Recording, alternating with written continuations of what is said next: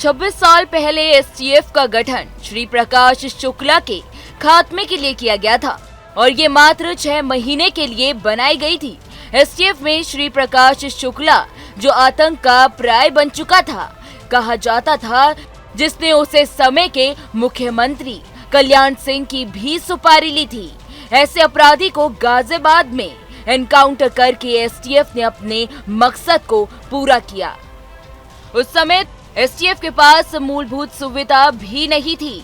उसके बावजूद भी अपराध को लेकर एक ऐसी टीम का गठन हो चुका था जो हर स्थिति और परिस्थिति में अपने काम को अंजाम दे सकती थी। उसके बाद यही 6 महीने की कार्यकाल वाली एसटीएफ का कार्यकाल और बढ़ा दिया गया और लगातार इसका मकसद उत्तर प्रदेश में हो रहे संगठित अपराध, अपहरण, डकैत और लूटपाट जैसी वारदातों का पर्दाफाश करना था। एसटीएफ ने लगातार अत्यधिक आधुनिक एजेंसी के रूप में यूपी सरकार ने डेवलप किया है। एसटीएफ के कई ऐसे उदाहरण हैं जहां उसमें इस बात को बार बार प्रूफ किया है कि कानून व्यवस्था को बेहतर करने के लिए, अपराध मुक्त करने के लिए एसटीएफ का होना बेहद जरूरी है। आइए न्यूज नेशन की ये खास रिपोर्ट पर नजर डालिए। एसटीएफ ने अपनी सूझबूझ से 500 से ज्यादा अधिक आपराधिक घटनाओं को घटित होने से पहले ही रोक दिया। एनकाउंटर में इन सभी पर 10,000 से लेकर 5 लाख का इनाम घोषित किया गया था, तो वहीं 3,000 से ज्यादा संगठित अपराधियों को अरेस्ट भी कर लिया जा चुका है। वहीं जो एसटीएफ की एक मूल टीम थी, उसमें आईपीएस राजेश पांडे अब रिटायर हो गए हैं, लेकिन उन्हें पूरा किस्सा बिल्कुल आंखों के सामने तैरता नजर आता है और वो बताते हैं ये खास फोर्स चुने हुए अधिकारियों की थी जो अपने काम के बूते, अपने जाबाजी के कारण जाने जाते थे और साथ ही राजेश पांडे, श्री प्रकाश शुक्ला एनकाउंटर में शामिल थे। देखिए, एक तो मुझे बहुत फक्र है कि मैं उत्तर प्रदेश की इस एलाइट फोर्स का फाउंडिंग मेंबर हूँ। बहुत ही ख़राब परिस्थितियाँ थीं। 4 मई 98 यानी 90 का वो दशक था जब ऑर्गेनाइज क्राइम अपने चरम पे था।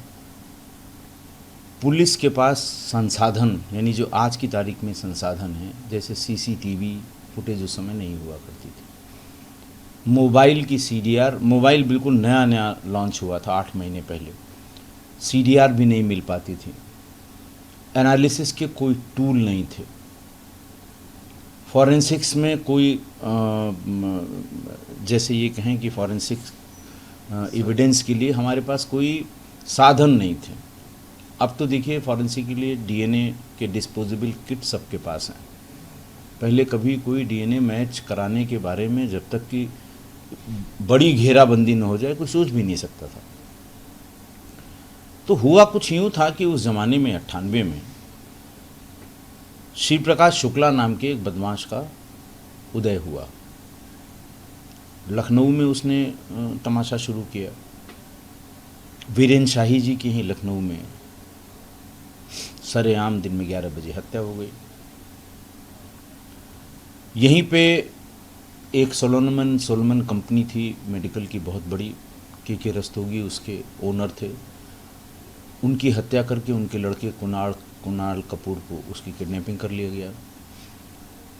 ऐसे ही आशा अपार्टमेंट वाले जो इसके मालिक थे, उनकी किडनैपिंग हो गई।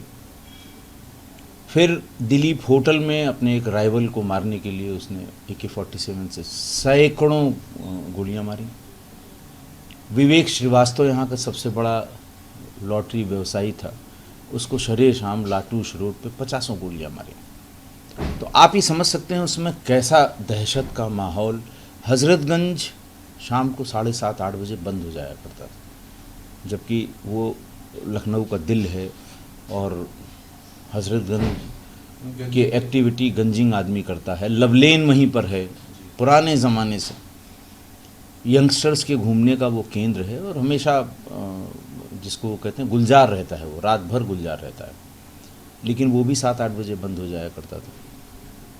धमकियाँ मिलनी शुरू हुई लोगों को, तमाम व्यापारी नेताओं को धमकियाँ मिलनी शुरू हुई।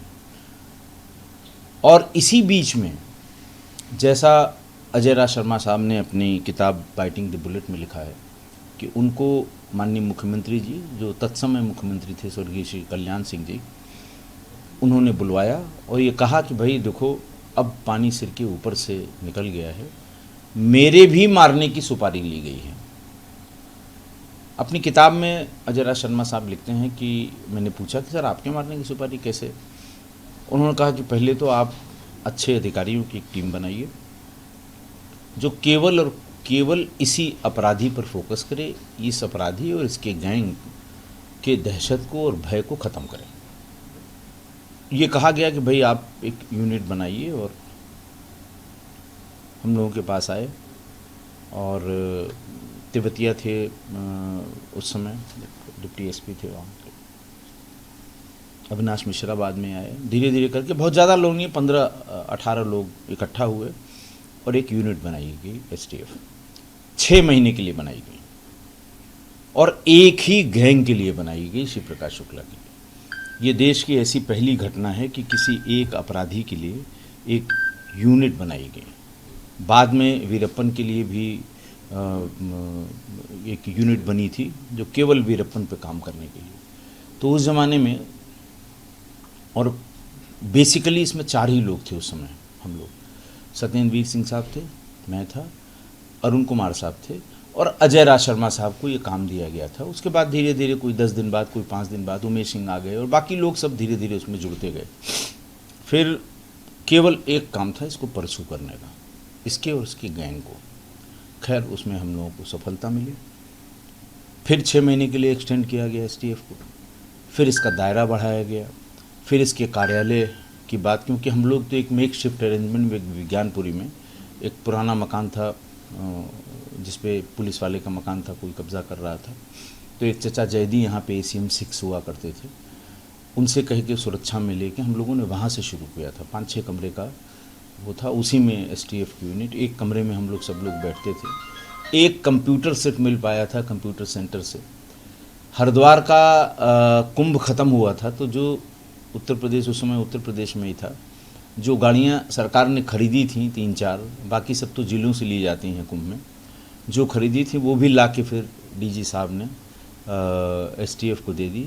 तो एक एक गाड़ी हम लोगों को मिल गई, उसी से काम शुरू किया और फिर देश का कोई कोना नहीं बचा जहां हम लोग गए नहीं। अब इसी को लेकर पुराने वरिष्ठ पत्रकार यानी मनीष मिश्रा भी एसटीएफ को लेकर कुछ रोचक बातें बताते हुए नजर आए। आइए चलिए सुनते हैं।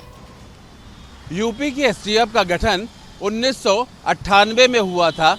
मात्र 6 महीने के लिए श्री प्रकाश शुक्ला को पकड़ने के और उसके आतंक को रोकने के लिए हुआ था, लेकिन वो 6 महीने का समय आज के समय में 26 साल गुजर गए और 98 से लेकर के 2024 के अगर हम एसटीएफ के काम को देखें और उनके अधिकारियों से बात करके जो समझ में आया है वो यही कि उत्तर प्रदेश की पुलिस और उसके कानून व्यवस्था को बनाए रखने के लिए एसटीएफ ने 98 से लेकर के अब तक जितने भी काम किए हैं वो कहीं ना कहीं उत्तर प्रदेश के कानून व्यवस्था के लिए एक बहुत बड़ा कदम साबित हुआ है। और जिस आपराधिक घटनाओं को, खास तौर पे संगठित अपराध को रोकने के लिए एसटीएफ का गठन हुआ था, उस वक्त से लेकर के श्री प्रकाश शुक्ला के इनकाउंटर से लेकर के अब तक कई ऐसे बड़े बाहुबली या यूं कहा जाए दुर्दांत अपराधी,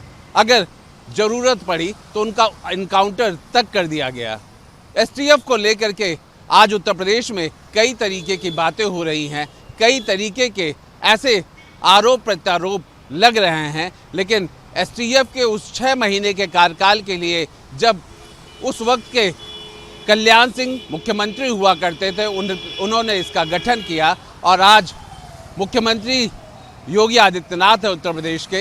इस पूरे सफ़र को लेकर के हम एसटीएफ के कामकाज को देखें तो निश्चित तौर पर कानून व्यवस्था का एक सबसे मजबूत स्तंभ के तौर पर एसटीएफ नज़र आती है। वीडियो जर्नलिस्ट सैफुल हसन के साथ आलोक पांडे, न्यूज़ नेशन, लखनऊ।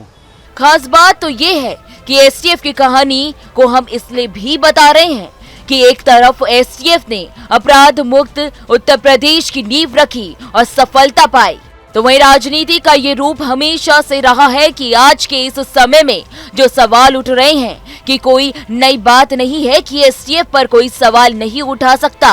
तो वहीं राजनीति शुरू हुई सुल्तानपुर में लूटकांड के बाद मंगेश यादव का एनकाउंटर से हुआ।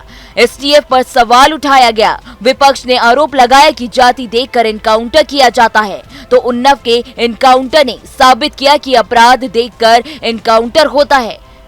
राजनीति में भी एक दूसरे पर इस पर सवाल जवाब होते रहे हैं। आइए चलिए सुनते हैं।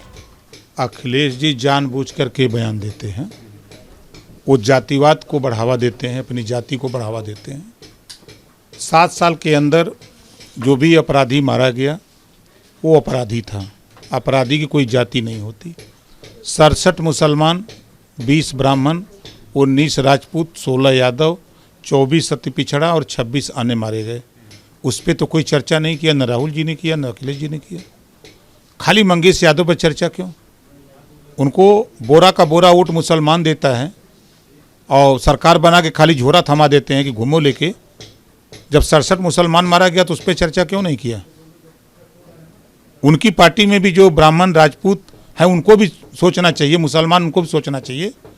उनको कहना चाहिए अखिलेश जी से कि खाली यादव की चर्चा क्यों करते हो? ब्राह्मण मारा जाता तो आप क्यों नहीं चर्चा करते? राजपूत मारा जाता तो क्यों नहीं चर्चा करते? मुसलमान मारा जाता तो क्यों नहीं चर्चा करते?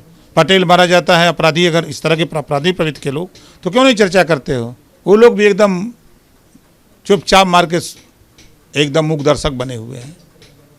आपने पूरा आंकड़ा रख दिया कि पिछले 7 सालों में किस जाति के कितने इनकाउंटर हुए हैं। हालांकि हर कोई जानता है कि अपराधियों की कोई जाति नहीं होती, लेकिन जो एक नई सियासत शुरू हुई है कि जब कोई इनकाउंटर, चूंकि देखिए पुलिस ने एक बाकायदा सीसीटीवी फुटेज भी जारी किया है जिसमें एक एक अपराधी का जिक्र किया गया है, तो फिर ये इस तरीके की पॉलिटिक्स, चाहे पक्ष हो या विपक्ष, किस तरीके से इसको देखते हैं?